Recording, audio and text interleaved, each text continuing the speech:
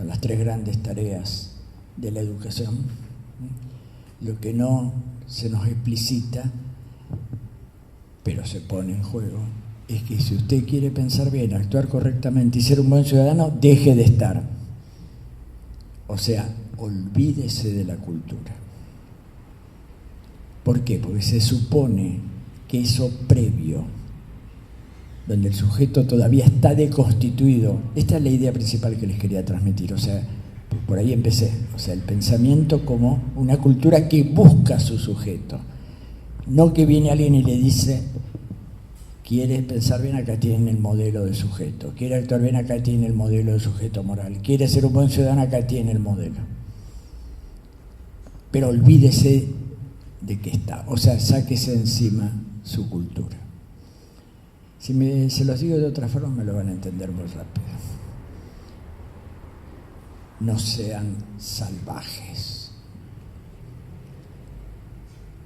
no sean bárbaros, en el sentido de la barbarie. Nuestro ilustre Domingo Faustino, que sin duda ninguna tiene grandes méritos en la historia de la educación, pero escribió, como ustedes saben, un importante libro que se llamó Civilización y Barbarie. Hay que educar a los bárbaros. Es decir, hay que educar. ¿Saben qué quiere decir bárbaro en el viejo griego? El que todavía no habla. El que tiene un gorjeo como los pájaros. Es una palabra que habla en griego, yo no tengo la culpa, hay muchos. Los griegos decían que los que estaban fuera de la polis, de los muros de la polis, eran los bárbaros. Después aparecieron la invasión de los bárbaros. Y después cuando vinieron los colonizadores, nos consideraban o consideraron a los que estaban acá y en otras partes donde fueron a colonizar, bárbaros. Es decir, no saben ni hablar, gorgojean como los pájaros. Bárbaro, ¿qué quiere decir eso en buen griego? Es el de un pájaro, pero que no habla. O sea, gracias, no tiene, como decía Aristóteles cuando define al hombre, si yo le pregunto a ustedes, denme una definición de hombre, juego mi cabeza que la mayoría me va a decir animal racional. Eso viene de una pésima traducción de Aristóteles, que por suerte hoy día lo traducimos como corresponde. Pues el término es el viviente que tiene logos. Y logos quiere decir sí, pensamiento, no razones, pensamiento.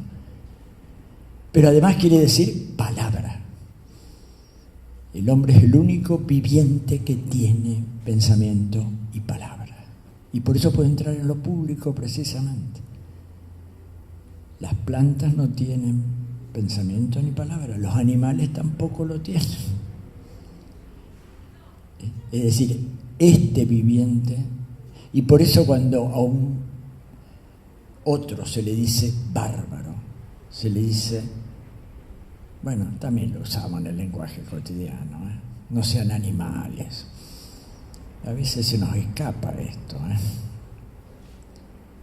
Estamos estudiando algo y decimos, no entiendo, bueno, no sean animales, chicos, entiéndanlo, por favor. Perdón, lo digo de una forma muy burda. En general cuidamos un poquito el lenguaje, porque si lo decimos así enseguida agregamos, ustedes son unos animales divinos. Como cuando un maestro o maestra le pasa a un grupo de niños al que del primer grado al segundo le dice, mirá, tenés un grupo hermoso, eso sí, vas a tener fulano, fulano y fulano, que son unos indios, pero agregan enseguida, divinos, pero son indios.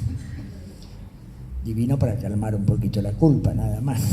Pero en última instancia, esto, perdón que ponga estos ejemplos, simplemente para decirles, está mucho más metido de lo que creemos todo esto. Bueno, a partir de aquí, el tema es que se trata de una cultura que va encontrando su sujeto, y me parece que lo que apostaría esta cultura, este estar, que es lo que precisamente se nos ha querido enseñar a negarlo, es decir, pretender ser sin estar, cuando la clave es aprender a estar siendo. Claro, adjetivar el ser. Desde la tumba de todos los filósofos de los siglos salieron con pancartas a protestar. ¿Cómo vamos a adjetivar el ser? Ponerlo como un gerundio. Pero es lo más interesante. Y todos los que estamos acá podemos entenderlo rápido. No es lo mismo ser sin estar que estar siendo. Y acá sí me animo a decir, entre otras cosas, simplemente...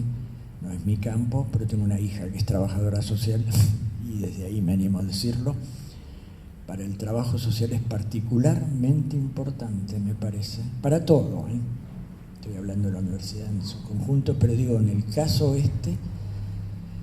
yo soy muy buen trabajador social y ¿sabés estar donde estás trabajando? No me importa eso, yo soy. Pero sos sin estar.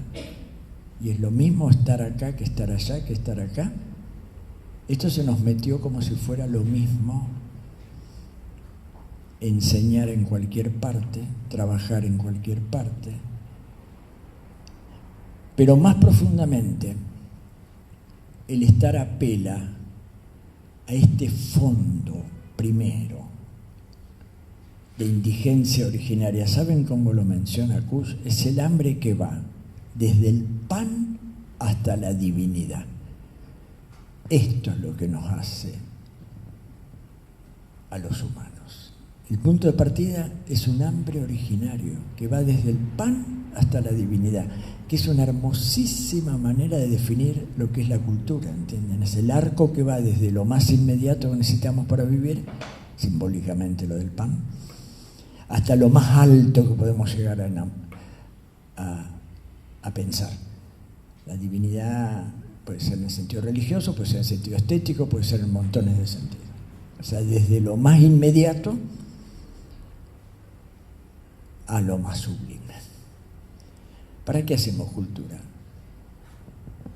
¿Y cómo nace la cultura? Como un remedio, cito de nuevo a Kusch, precisamente una forma de remediar este hambre originario que va desde el pan hasta la divinidad. Entonces, ¿qué hacen las comunidades, los pueblos, desde este estar, desde esta condición humana del hambre originario? Intentan encontrar, desde ahí, y sin negarlo, intentan encontrar sentidos para la vida, que es lo que solemos llamar los símbolos culturales, pero que Kusch con mucha agudeza y profundidad filosófica dice cómo hay que entender esto, que lo que vamos encontrando culturalmente, con la cultura, para remediar este hambre originario, son sentidos, pero que son aciertos fundantes, así le llama él a los símbolos culturales. Son aciertos fundantes. Y me permito aclararles esto. Aciertos es una palabra que viene de una lógica lúdica, es la lógica del juego. Acerté. Pero curiosamente, estas curiosidades son fascinantes, ¿eh? Tienen la misma raíz que esto que enamoró a la filosofía, la certeza. El acierto es acierto. Hoy acerté, mañana no sé si voy a acertar. Fui encontrando sentidos, pero resulta que me pasa algo, todos tenemos experiencia de esto, ¿eh? ¿Quién puede decir que ya tiene todos los sentidos claros y distintos, si no hay duda ninguna? Resulta que salen a la calle, agarran una baldosa floja, se fracturan un poquito, y empieza de nuevo todo. Perdón, lo digo con un ejemplo muy simple y muy tonto, pero todos sabemos muy bien que hay cosas, por suerte, en la vida que precisamente nos terminan convenciendo que lo que yo creía que eran certezas indudables han sido aciertos fundantes de sentido, que ante nuevas circunstancias quizás tenga que volver a intentar acertar. ¿Y qué quiere decir acertar? Lograr juntar los opuestos sin negarlos. ¿Y cuáles son los opuestos básicos de la vida? Kusch lo llama con un lenguaje típico de lo que él encontró en el pensamiento popular indígena de América, que es entre lo fasto y lo nefasto. O sea, entre lo favorable y lo no favorable. Entonces, en realidad lo que hacemos es tratar de encontrar un sentido que nos centre, pero sin negar el estar donde están jugando lo fasto y lo nefasto. Es decir, encontré un sentido, vivo con sentido. Pero esto no quiere decir que no me pueda acontecer algo. Nosotros tenemos expresiones muy lindas. Me dio vuelta la cabeza. ¿Qué cosa? Y me encontré con fulano, me dijo tal cosa, y yo que creía que lo tenía todo claro, me dio vuelta la cabeza. A mí me encanta una expresión que tienen los mexicanos. Yo viajo bastante a México a trabajar. No me pregunten si conozco las playas mexicanas, pues no conozco ninguna. Y hice 21 viajes, pero siempre a trabajar. Los mexicanos tienen una frase muy linda. Dicen, me puso los ojos en la nuca. Es hermoso. O sea, cuando acontece algo inesperado que me saca de quicio, me da vuelta la cabeza, bueno, estaría en la línea del me da vuelta la cabeza.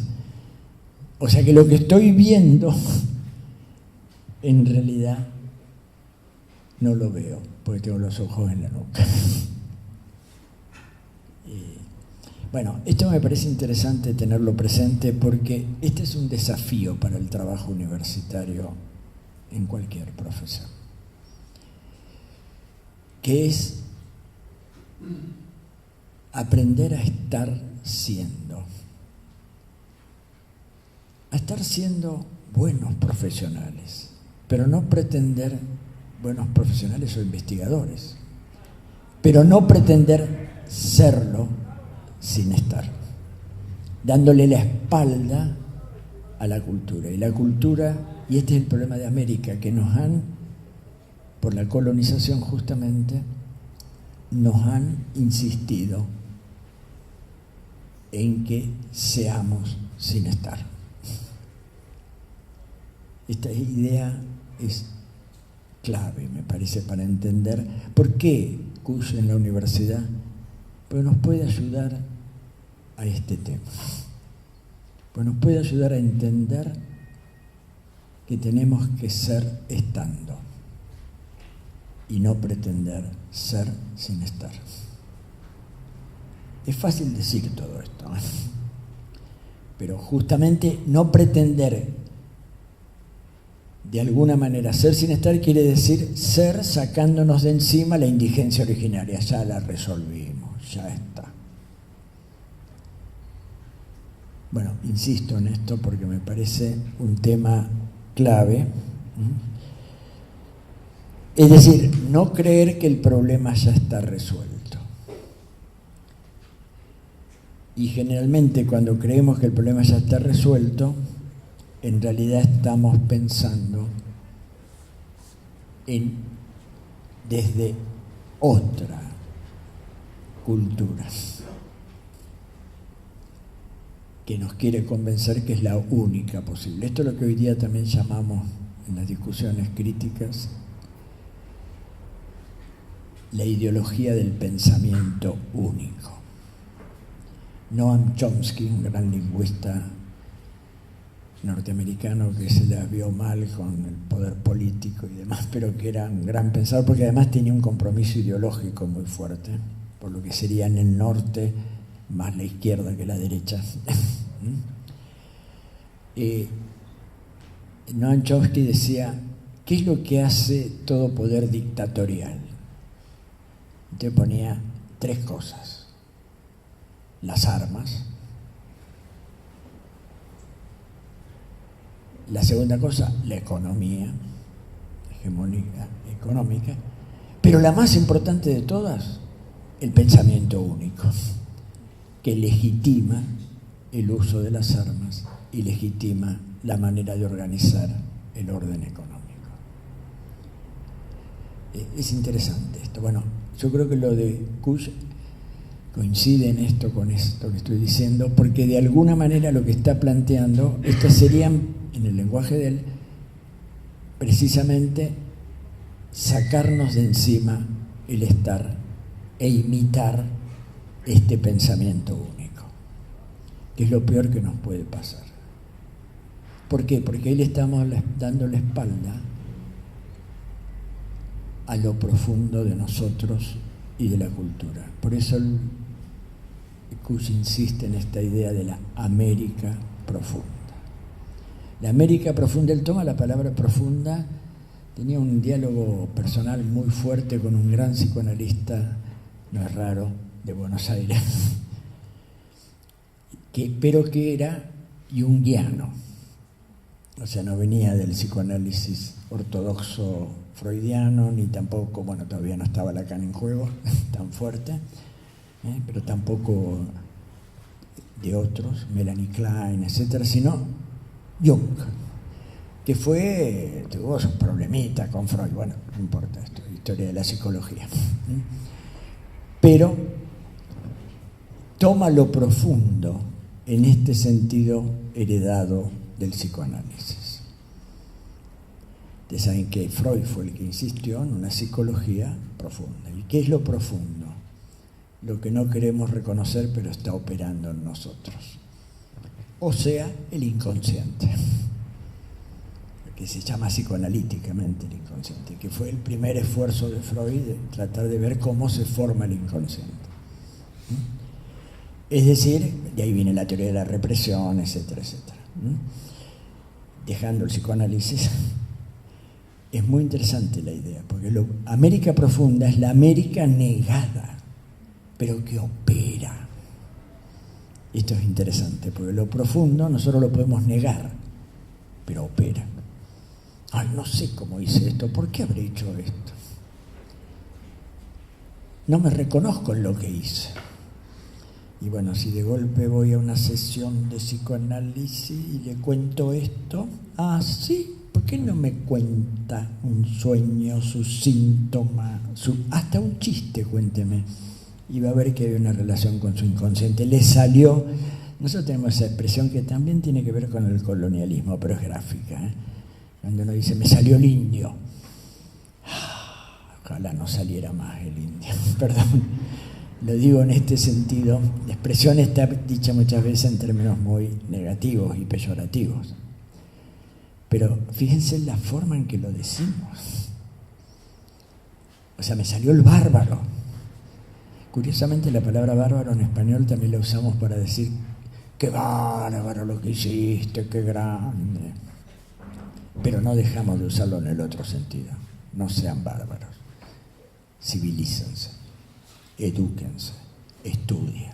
No digo que no haya que decir todo esto, por favor no me entiendan mal, El tema es que el desafío es que todo esto lo pongamos siendo capaces de estar siendo. Entonces, el tema es que no aceptemos la desculturización y nos animemos a ver lo oculto, lo negado, lo que está justamente como la condición humana, este estar, meramente estar. Dicho sea de paso o no tan de paso, este para mí es el fundamento más fuerte que hay para poder instalar un diálogo intercultural. Saber que tu cultura, que es diferente de la mía a lo mejor, pero tanto vos como yo generamos la cultura como una forma de remediar lo que es común a vos y a mí, que es el estar, meramente estar. Esto es interesantísimo. porque ninguna forma de estar siendo así le llama a Kush al resultado de todo este juego del mero estar, pretender ser estando termina generando una forma cultural que es estar siendo así. Y el otro también está siendo así. Pero lo interesante es que podemos aprender el uno del otro, ¿entiendes? Siempre y cuando yo no pretenda que mi forma de ser es la única y que niegue el estar. Si partimos de que estamos, y esto me parece que en el trabajo universitario me refiero al de aprender y enseñar, y al trabajo el día de mañana o de hoy, más profesional, es clave. Porque es clave saber que cada vez que nos juntamos con alguien para trabajar, para ayudar, para servirlo, para enseñarle, estamos con algo en común, que es el estar. Y si el estar siendo así no coincide con mi estar siendo así, ¿por qué negar un plus de humanidad que nos podría dar entender por qué tu así es distinto de mi así? Pero esto se puede hacer si compartimos el estar. No sé si queda clara la idea, pero me parece que esto es muy central y decisivo. O sea, el tema es que al pensar, al trabajar, al estudiar, al aprender, lo hacemos desde el mero estar, nos vamos a dar cuenta que desde ahí, y esta metáfora también la utiliza Kush, se deforma nuestra subjetividad pensante extrapolada, la que se nos metió como la única posible. De alguna manera se nos deforma, porque lo que tenemos que pensar son justamente estos aciertos fundantes de nuestra cultura, y a partir de ahí ver cómo se va constituyendo el sujeto, y no poner un sujeto que se supone el único posible, negando el estar. Esta sería para mí como la idea central de lo que quería decirles, porque me parece que el trabajo universitario se presta particularmente para que aumentemos la ilusión de ser sin estar, pero podría entenderse al revés, que sea un lugar donde precisamente aprendamos a ser estando, o a estar siendo. Y estar siendo así. Es común escuchar a los recién egresados con su diplomita, van a su lugar de trabajo, uy, esto no me lo enseñaron, no sé qué hacer con esto. Esto me refiero a la situación concreta profesional con la que se encuentra. La primera queja es, esto no lo aprendí en la universidad. ¿Y esto qué quiere decir? Y puede querer decir que yo tenía la ilusión de aprenderlo todo y que me bastaba ser sin estar. O puede querer decir, y es lo que deseo profundamente para ustedes como lo deseo para mí, esto no lo aprendí, pero lo puedo aprender. Esto nuevo que está aconteciendo, que me pone los ojos en la nuca, me puede estar enseñando algo importantísimo. Y en todo caso, puedo volver a la universidad y decirle a mis profesores, mire, ¿por qué no agrega a sus clases esto? Perdón, le digo de una forma muy simple. Es esto que los docentes sabemos, lo que nos enseñan, a quienes les enseñamos. Pero ¿saben cuál es la condición para que esto se dé? Que deseemos aprender. Nosotros, docentes, no pongamos solo el deseo de aprender en el alumno, que por supuesto también es condición de posibilidad para que aprenda. yo suelo hablar de una lucha por el reconocimiento, del deseo y del deseo de aprender y del poder de enseñar. Pero es un desdoblamiento de cada uno. Y entonces yo, docente, debo preguntarme, ¿deseo aprender? ¿Y en qué criterios baso mi poder de enseñar? Pero a su vez el alumno también tiene este desdoblamiento. Es deseo de aprender, pero es también poder de enseñar. Con qué facilidad nos refugiamos a veces los docentes ante una pregunta de un alumno o un comentario. ¿De dónde sacaste esto? Hoy día no nos animamos a decirlo tanto porque hay una respuesta rápida. ¿Y del Google?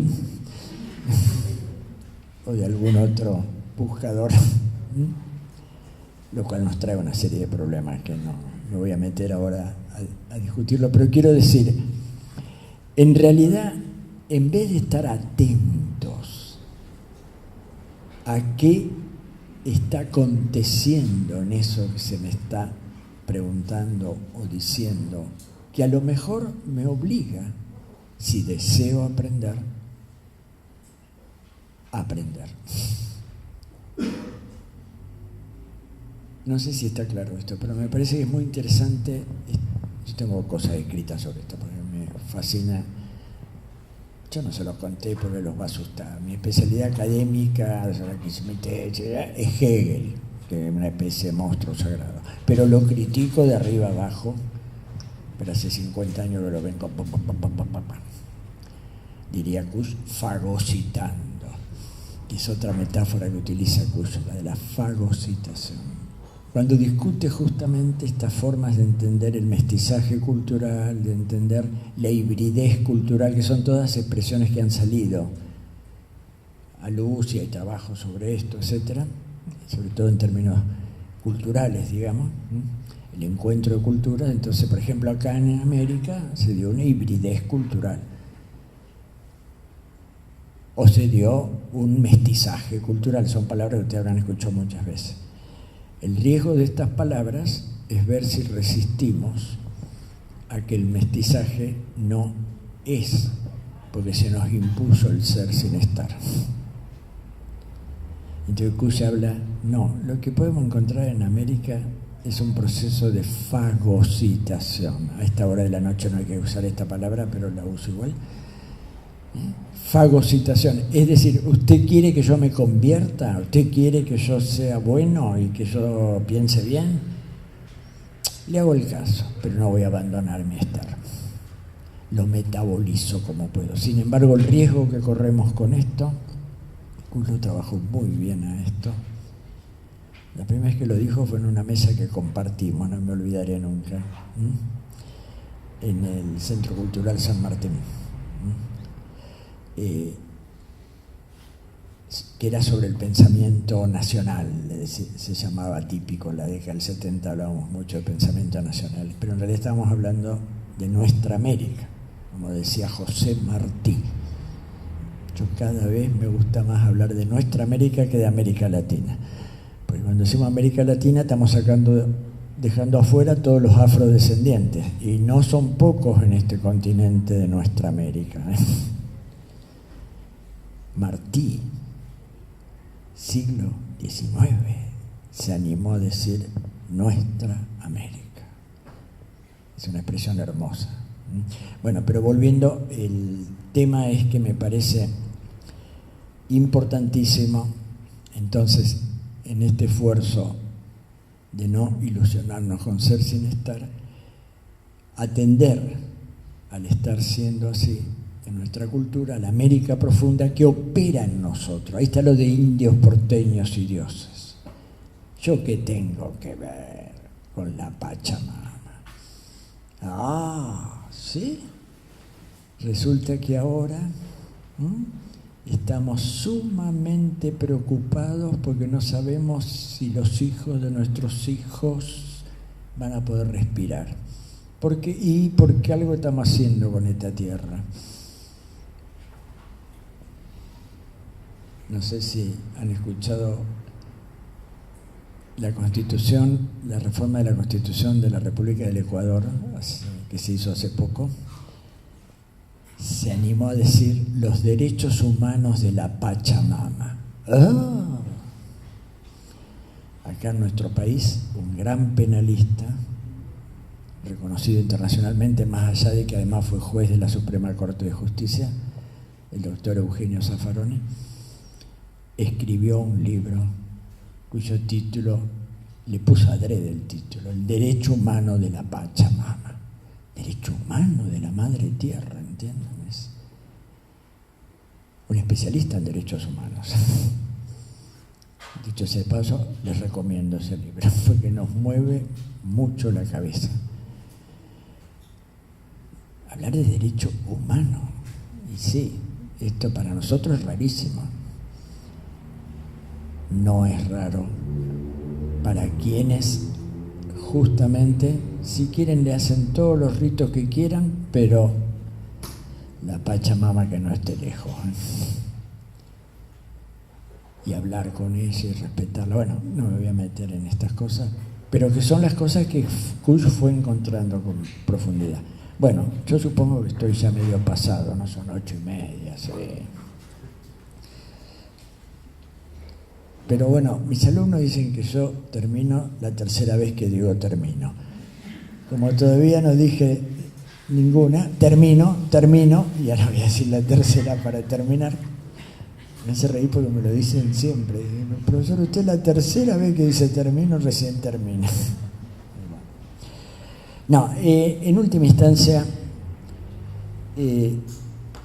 yo creo que lo interesante es, y termino con algunas preguntas. ¿Qué significa entonces el trabajo universitario y profesional en nuestra América? ¿Significa acaso aferrarse al sujeto que como razón cree que puede captar todo en ideas y conceptualizar? Hay quienes entre nosotros insisten en esta iluminación, o para ser más exacto, en esta mirada iluminista. ¿Significa acaso acompañar la búsqueda del sujeto perdido, que es el otro extremo del debate contemporáneo, desde una especie de escepticismo decadente que se entretiene con los juegos del lenguaje, con las excavaciones arqueológicas, con los análisis interminables? No digo que todas estas cosas no nos digan algo, pero no es lo más importante. Significa, tomando una metáfora que usa mucho Kush, que es la de la danza en la quebrada, la danza navideña que hasta el día de hoy se sigue haciendo en la quebrada de Humahuaca, que consiste en que van trenzando y destrenzando cintas sobre un poste. Entonces Kush dice, esto es lo que nos pasa, que trenzamos y destrenzamos un corpus, o sea, un palo, que no es el nuestro. ¿Y por qué? Porque tenemos miedo a pensar. Porque no vaya a ser que si pensamos lo nuestro, si pensamos desde la América profunda, si pensamos desde el estar y trabajamos desde estar siendo así y no pretendiendo ser sin estar, nos da miedo. Y entonces termina la metáfora diciendo, no vaya a ser que perdamos el ritmo de la danza y lo pisemos al otro. Porque la dominante nos obliga a trenzar y destrenzar un cuerpo extraño. Es una metáfora muy linda, muy gráfica por otro lado. Entonces el tema es que aprendamos a trenzar y destrenzar, pero que no lo hagamos en un cuerpo extraño. Trenzar y destrenzar sería una metáfora para decir estudiar, aprender, trabajar y enseñar. Trencemos y destrencemos, pero que no estemos trenzando y destrenzando un cuerpo extraño, sino la América profunda, que insiste y persiste. Uno de mis últimos trabajos sobre Kush le puse como nombre El hedor de América insiste y persiste. a pesar de las metáforas de las pulcras ciudades, de las pulcras. Esta metáfora sí empieza América Profunda, distinguiendo hedor y pulcritud. ¿Qué quiere decir que el hedor de América insiste y persiste? Quiere decir que seguimos buscando encontrar desde la cultura al sujeto, y no aceptamos el pulcro sujeto, que es pulcro porque es el aboledor. La metáfora es fuerte, pero es gráfica, es bien gráfica, pues está tomado simbólicamente. O sea, de alguna manera este hedor tiene que ver con el estar, meramente estar. Pero además es curioso porque también lo usamos para denigrar, discriminar. ¿Con qué frecuencia decimos son sucios, aparatosos? Inventamos montones de palabras para decir al que discriminamos o al que negamos en su profunda situación humana, que a lo mejor es de dolor, de miseria, en última instancia de hambre, que va desde el pan hasta la divinidad, y a veces desde el pan, simplemente porque ni siquiera tiene para comer. Bueno, los desafíos son muchos, y entonces empecemos por dejarnos estar. Intentemos dar la danza propia. Es linda manera de terminar. Ahora ya dije la tercera vez. Y sería lo que les deseo, agradeciéndole, y espero que algo se haya entendido. Fui resumiendo, no leí. Yo siempre escribo pero nunca leo cuando doy clase, por un hábito. Diría mi nieta de 10 años: ¿vas a hacer un chamullo, abuelo? Hoy esta mañana que prometió la bandera, y yo estaba con una emoción, está en 4º grado, se hizo el acto en una escuela pública donde ella vaya en Buenos Aires. Lloré todo el tiempo porque fue hermosísimo. El acto estaba muy bien hecho, por otro lado, muy lindo el discurso, muy lindas las cosas que los chicos fueron diciendo. Habían hecho una investigación sobre qué significa la bandera. Entonces cada uno de los chicos iba dando una idea de qué es una bandera. Y entonces otro chico iba y ponía un dibujo con eso en una especie de tablón que tiene el escenario ahí atrás. Lo iban pinchando. Es interesante, ¿entienden? Y después la promesa formal, claro. Uno llora esas cosas. Me decía un señor, que era otro abuelo que estaba al lado mío: ¿está llorando, señor? Sí, usted mírese la cara, le dije yo. Estábamos los dos. Pero bueno, no está mal eso, ¿entiendes? Sobre todo si se hace con sentido y estando. Y me dio el gusto de decir que soy abuelo. Que siempre me prometí desde el 2006 que nació esta criatura, que fue la primera, ahora ya tengo 3, que siempre que me presentaran iba a decir que era abuelo. Esta vez me olvidé, lo dije ahora, así que estoy tranquilo. Bueno, en última instancia, animémonos a destrenzar el cuerpo propio, el cuerpo ajeno, y trenzar el propio. Y entremos a trabajar. Tenemos todo un trabajo de destrenzado y trenzado. Hay una danza, pero que lo hagamos sobre el cuerpo propio. Bueno, les agradezco mucho la atención. Si quieren hacer alguna preguntita, no sé si el tiempo da, pero hay muchas más cosas. Yo les voy a dejar después algunos textos que los pueden socializar. Y en parte también para tranquilizar mi culpa de no haber leído lo que había preparado. Bueno, muchas gracias, Nancy.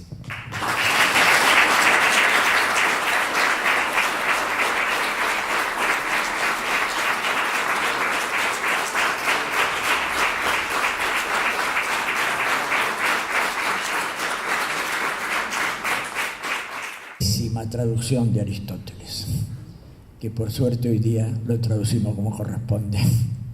Pues el término es el viviente que tiene logos. Y logos quiere decir sí, pensamiento, no razón, pensamiento. Pero además quiere decir palabra.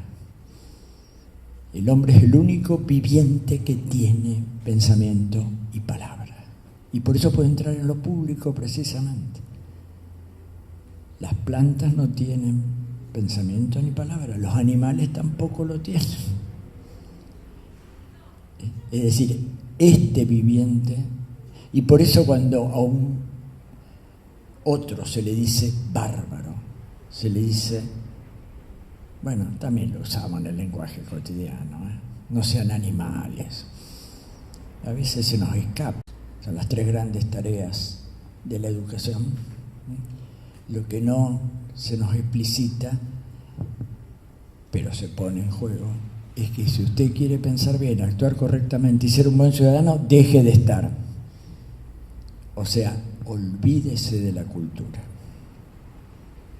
¿Por qué? Porque se supone que eso previo, donde el sujeto todavía está deconstituido, esta es la idea principal que les quería transmitir, o sea, por ahí empecé, o sea, el pensamiento como una cultura que busca a su sujeto, no que viene alguien y le dice, quiere pensar bien, acá tienen el modelo de sujeto, quiere actuar bien, acá tiene el modelo de sujeto moral, quiere ser un buen ciudadano, acá tiene el modelo. Pero olvídese de que está, o sea, sáquese encima su cultura. Si se los digo de otra forma, me lo va esto. Estamos estudiando algo y decimos, no entiendo, bueno, no sean animales, chicos, entiéndanlo, por favor. Perdón, lo digo de una forma muy burda. En general cuidamos un poquito el lenguaje, porque si lo decimos así enseguida agregamos, ustedes son unos animales divinos. Como cuando un maestro o maestra le pasa a un grupo de niños al que del primer grado al segundo le dice, mirá, tenés un grupo hermoso, eso sí, vas a tener fulano, fulano y fulano, que son unos indios, pero agregan enseguida, divinos, pero son indios. Divino para calmar un poquito la culpa, nada más. Pero en última instancia, esto, perdón que ponga estos ejemplos, simplemente para decirles, está mucho más metido de lo que creemos todo esto. Bueno, van a entender muy rápido. No sean salvajes. No sean bárbaros, en el sentido de la barbarie. Nuestro ilustre Domingo Faustino, que sin duda ninguna tiene grandes méritos en la historia de la educación, pero escribió, como ustedes saben, un importante libro que se llamó Civilización y Barbarie. Hay que educar a los bárbaros. Es decir, hay que educar. ¿Saben qué quiere decir bárbaro en el viejo griego? El que todavía no habla. El que tiene un gorjeo como los pájaros. Es una palabra que habla en griego, ¿no? Yo no tengo la culpa, hay muchos. Los griegos decían que los que estaban fuera de la polis, de los muros de la polis, eran los bárbaros. Después aparecieron la invasión de los bárbaros. Y después cuando vinieron los colonizadores, nos consideraban o consideraron a los que estaban acá y en otras partes donde fueron a colonizar, bárbaros. Es decir, no saben ni hablar, gorgojean como los pájaros. Bárbaro, ¿qué quiere decir eso en buen griego? Es de un pájaro, pero que no habla. O sea, gracias, no tiene, como decía Aristóteles cuando define al hombre, si yo le pregunto a ustedes, denme una definición de hombre, juego mi cabeza que la mayoría me va a decir animal racional. Eso viene de una